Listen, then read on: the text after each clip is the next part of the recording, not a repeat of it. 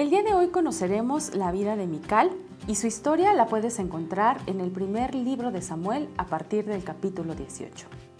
Ella era hija del rey Saúl y uno de sus hermanos era Jonatán, el amigo de David.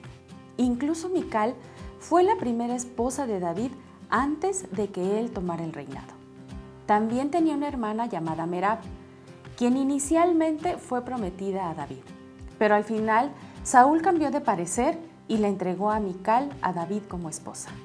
A pesar de que fue cambiada por su hermana, Mical estaba enamorada de David. Mical, la otra hija de Saúl, se enamoró de David. Cuando se lo dijeron a Saúl, le agradó la noticia y pensó: se la entregaré a él como una trampa para que caiga en manos de los filisteos. Así que volvió a decirle a David: ahora sí vas a ser mi yerno.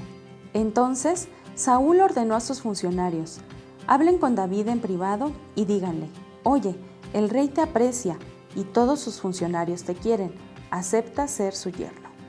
Aunque la Biblia no habla específicamente de los sentimientos que Mical tenía hacia su padre Saúl por el odio que le tenía a su esposo, podemos pensar que no fue fácil para ella, y más sabiendo que su propio padre intentaba matar al hombre que amaba.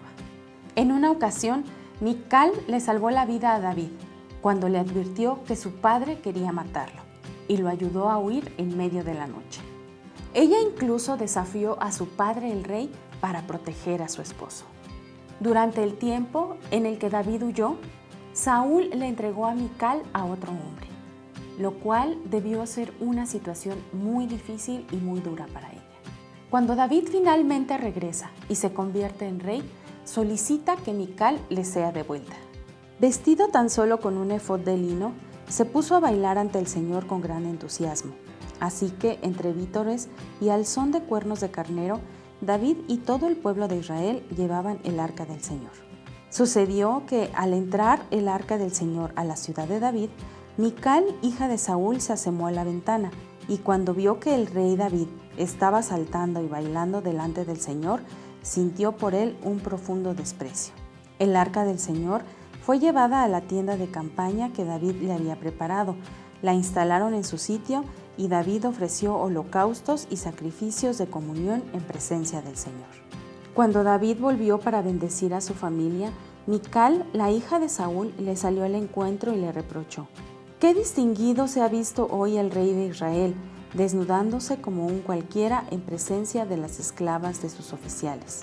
David le respondió: «Lo hice en presencia del Señor, quien en vez de escoger a tu padre o a cualquier otro de su familia, me escogió a mí y me hizo gobernante de Israel, que es el pueblo del Señor.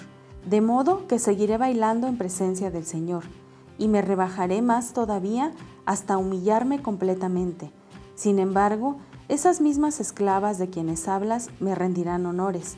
Y Mical, hija de Saúl, murió sin haber tenido hijos.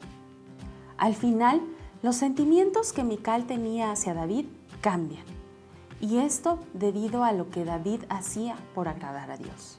Podemos ver un contraste muy grande entre la Mical del principio y la Mical unos años después. Quizá no entendió la importancia del arca del pacto, o quizá no entendió los sentimientos tan profundos que tenía el rey David hacia Dios, y entonces se puso celosa. Después de amar a David tan profundamente, termina despreciándolo por haberse humillado delante de Dios. Y así, Mical, después de los años, termina su vida sin descendencia, sin hijos. En esta historia de Mical, podemos ver que cuando dejamos que las emociones negativas dominen nuestros pensamientos y nuestras acciones, las consecuencias pueden ser terribles para nosotros. Poco a poco nuestro corazón se va endureciendo y llenándose de rencor, lo cual no nos permite ver las bendiciones y las cosas buenas que Dios tiene preparadas para nosotros. Así que en lugar de ser como Mical, mejor seamos como David y exaltemos a Dios y humillémonos delante de su presencia.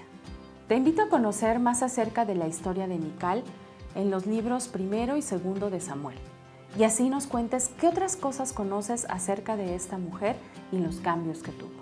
También te invito a compartir este mensaje para que pueda ser de bendición para otras personas y que nos sigas en nuestras redes sociales. Dios te bendiga.